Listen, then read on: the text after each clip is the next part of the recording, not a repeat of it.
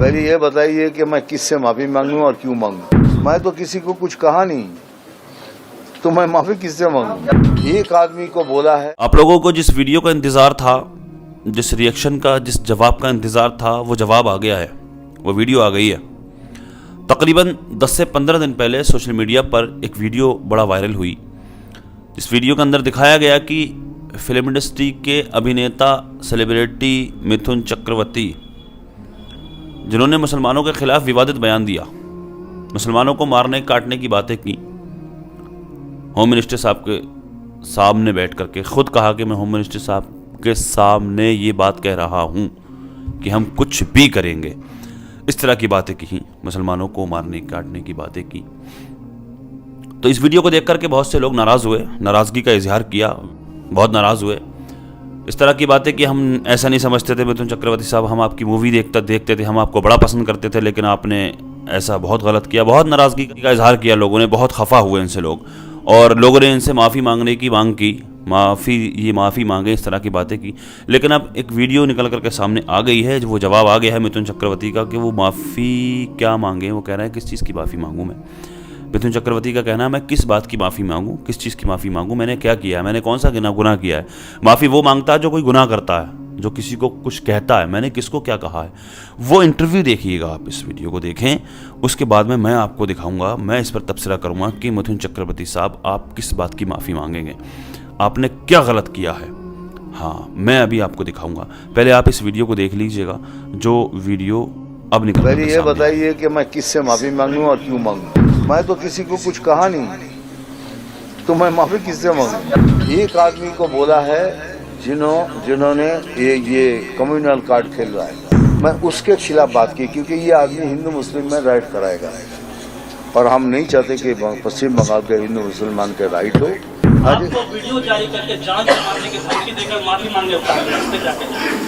मांगे क्या?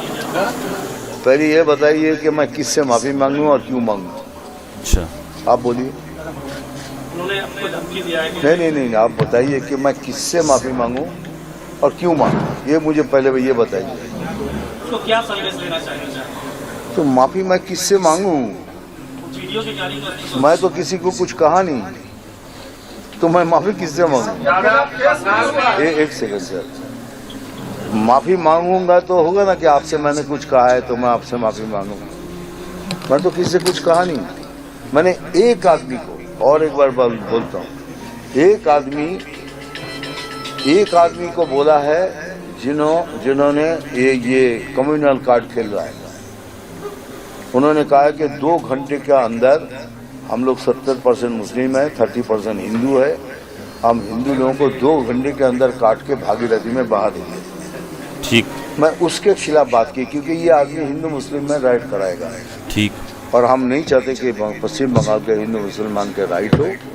तो मैं किसी भी तरह किसी भी कम्युनल कार्ड के अगेंस्ट में बोलूंगा, और ये मैंने बोला है, लेकिन कोई कम्युनिटी के बारे में कभी कुछ नहीं कहा, सिर्फ आज नहीं।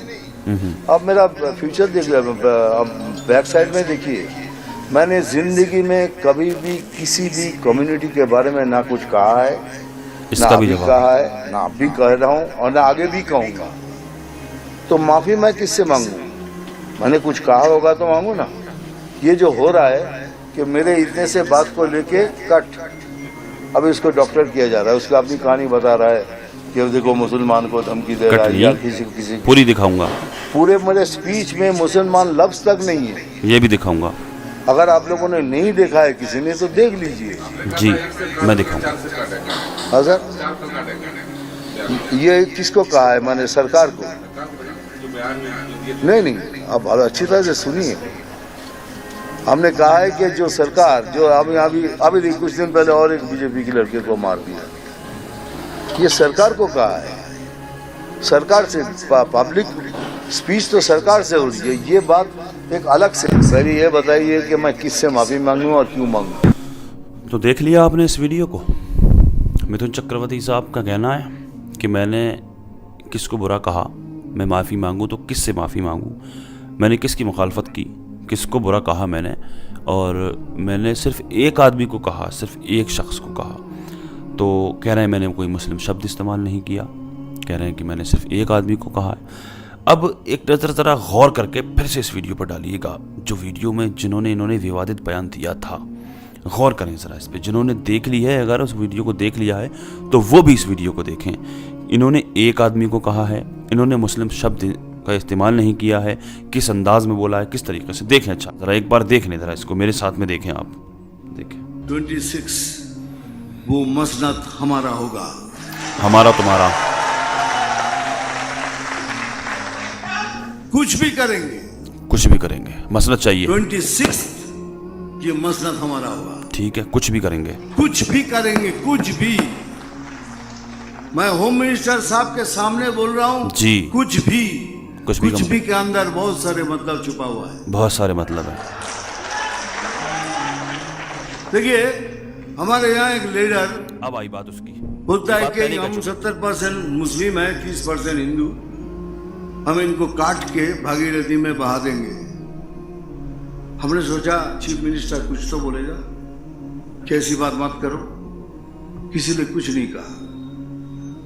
लेकिन हम चीफ मिनिस्टर नहीं है, लेकिन हम तो बोलेंगे तुम काट के भागीरथी में फेंक दोगे, लेकिन एक दिन आएगा जब हम तुमको काट के भागीरथी में नहीं, तो भागीरथी हमारी माँ है, पुण्य माँ है, तुमको तुम्हारी जमीन के अंदर तुमको फेंकेंगे उधर।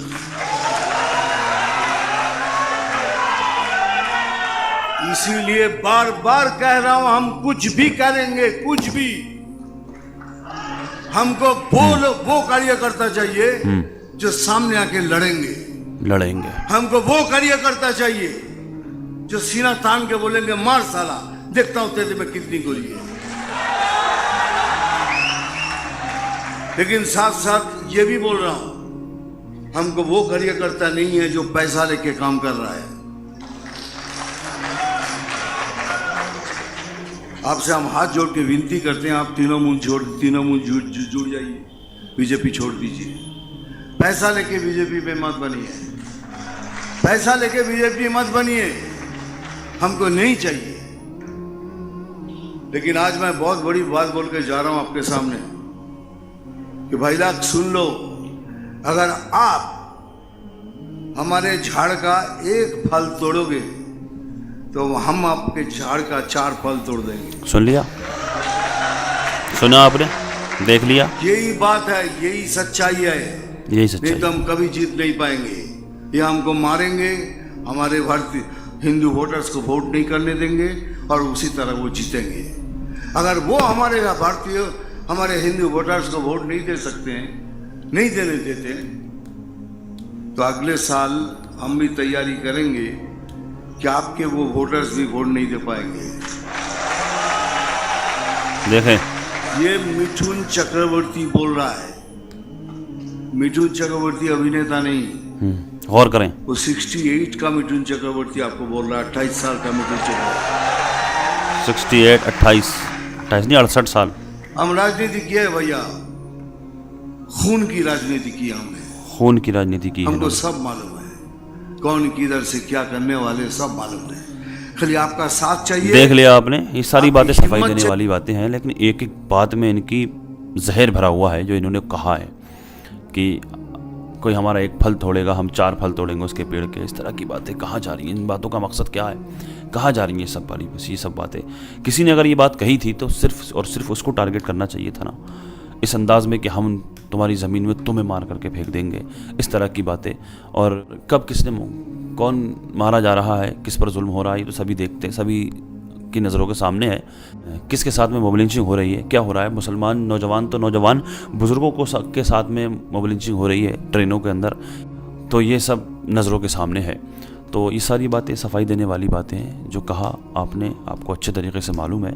मिथुन चक्रवर्ती साहब, आपने किसके लिए बोला है, किसको बोला है, आप अच्छे तरीके से जानते हैं इस बात को। और हम यही दुआ करेंगे, अल्लाह पाक हिदायत दे, हिदायत अता फरमाए, समझ अता फरमाए। अल्लाह तबारक व तआला हमारे इस मुल्क में अमन व सुकून अता फरमाए।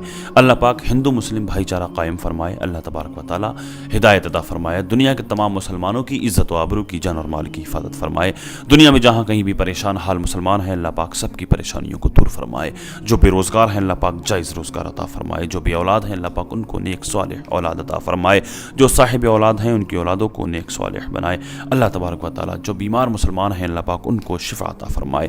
खुसूसियत के साथ अभी जितने भी लोग इस वीडियो को देख रहे हैं, हम सब में से कोई भी अगर बीमार है, कोई भी किसी भी मर्ज़ में मुब्तला है, हम सब के अज़ीज़ व क़रीब मुहिब्बीन मुतअल्लिक़ीन अहबाब सबको जुमला अमराज से शिफा याबी अता फरमाए।